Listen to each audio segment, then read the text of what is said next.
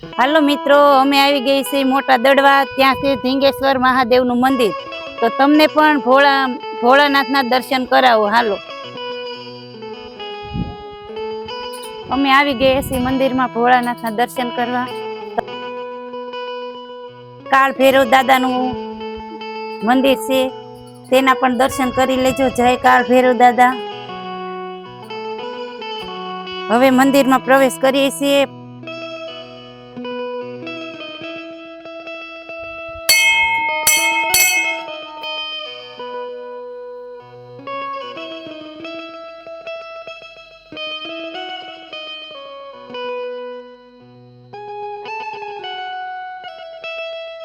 અહીંયા ધૂણો છે, અખંડ ધૂણો છે. ધૂણાના પણ દર્શન કર્યા અમે.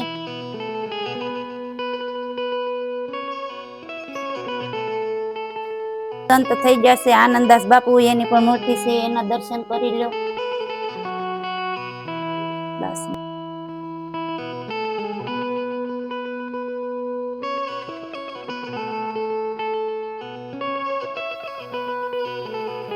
અહીંયા પાણીનો જૂનો કૂવો છે.